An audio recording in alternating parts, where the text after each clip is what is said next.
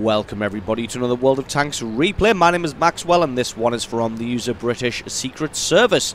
And he's driving the Centurion 1 on a standard battle on REKTshire. The newly reworked REKTshire as well. One of the reasons that I wanted to bring you this video, not just the fact that it kicks ass and it's a great replay, but also the fact that I wanted to take a very quick look at the new REKTshire map from the perspective of British Secret Service. Obviously we won't cover everything that's changed on the map because he only gets to experience some of it, not all of it, but still we can talk about some of the changes. You may have noticed immediately that directly through the centre the village now stretches all the way along the road, almost entirely to the northern spawn now, as well as all the way over the river and leading up alongside the hill there. The other major change is the addition of this castle on the left hand flank. It's now a little bit of a hill leading up to it, provides a lot more cover from the hill from the right hand side, and really makes this more of a fighting corridor for the guys on this side than it did before. There's a lot more to fight over. British Secret Service finds a T-37 straight away, but he just gets obliterated by the combined guns of the Allies here. Not really sure where he was thinking about going. Maybe he wasn't too experienced with this map either. The other thing to remember about this little castle is all the way around the right-hand side of it, from British Secret Service's perspective, all the way around the edge of the castle is a large moat. Luckily it doesn't contain any water, but it will provide great cover from the raised area here and from the hill in the centre.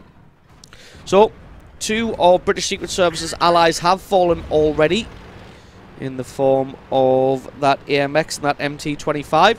But support is now starting to arrive in the form of this T-34. Hopefully he's going to prove to be a bigger target than British Secret Service himself.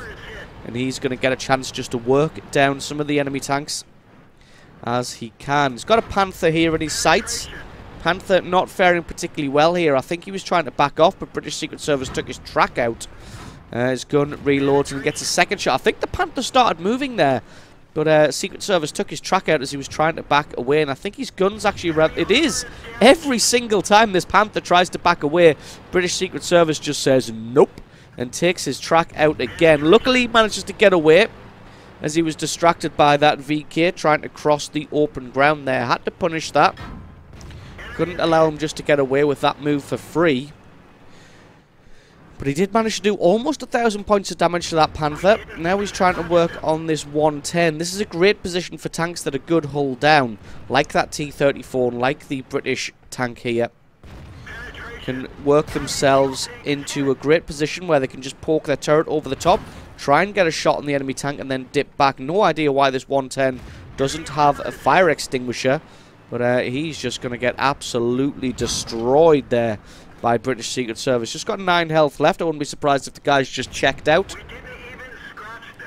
Unluckily, his last shot didn't penetrate. Just going to survive a little bit longer. Want to take him out of the game as he is still a large threat, even with just 9 hit points. It's not a threat any longer as he gets eliminated. That's kill number 1, but almost 3,000 points of damage already, sinking some great shots through the front of that VK-45. T-34 decides to muscle his way in. He's got the firepower just to bully the VK away. He might not have the reload to do it though. British Secret Service might have to take this guy out, and take him out he does for kill number 2. And that is the left-hand flank completely taken and completely won now. We're going to see a little bit of this moat that I was talking about there. You can see it kind of stretches onto the left there, goes underneath a little bridge, and that heads up all the way around the edge. So if you can get yourself into a good early position in there and flank yourself around, you can be safe from the hill, and hopefully if the enemy doesn't have any eyes on it, you can come in from the rear and surprise the tanks trying to hold that flank. Battle on the right hand side is also progressing pretty well. You can see the heavy tanks have pushed back the enemy now. British Secret Service going to see if he can get a shot on some people.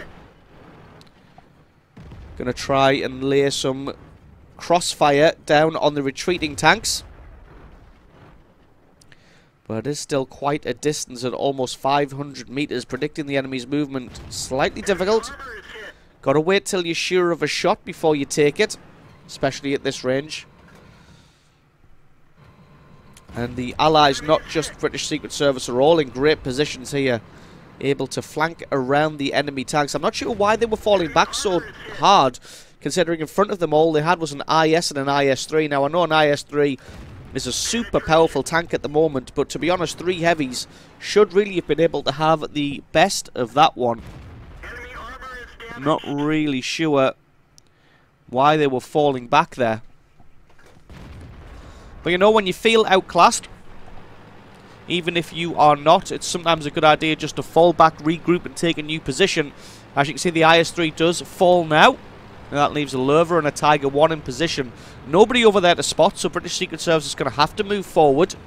He does find the Tiger. The Tiger's a one-shot, and he gets taken out for kill number 3. And that just leaves this Lerva. You can see an M41 Bulldog moving in very quickly on the right-hand side. Looks like the two of them should converge on his position at the same time. Looks like the Bulldog's going to reach there slightly sooner. He just goes steaming in now.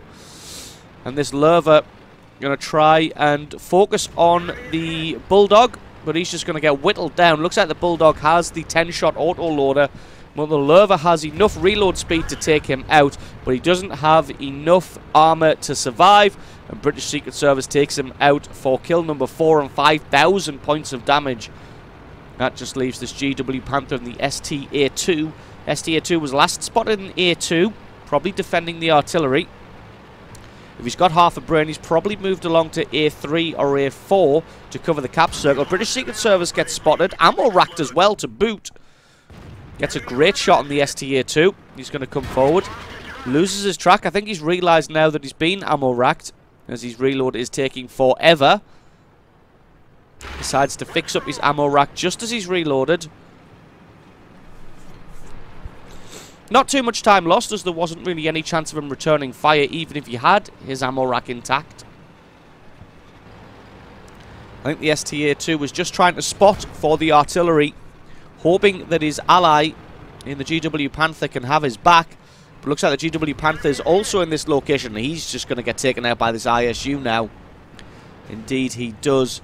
And it's left to British Secret Service to duel with this STA-2. They're trading 1 for 1 at the moment, but the ISU 152 comes flying in to take the attention of the STA-2 away.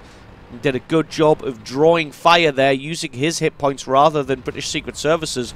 Unfortunately, he's kind of just in the way at the moment. He's trying to make a run for it, but it looks like the STA-2 has been taken out, and that is the end of the game and the victory. So, awesome replay there from British Secret Service, picking himself up 4 kills, over 6,000 points of damage, and really being instrumental in his team's victory there. So thank you very much for sending that replay in. Don't forget, guys, if you've got yourself a great replay, send that into replay@screenreality.com. Link for that is in the description. I've been Maxwell, this has been a World of Tanks replay, and I'll catch you guys next time. We'll be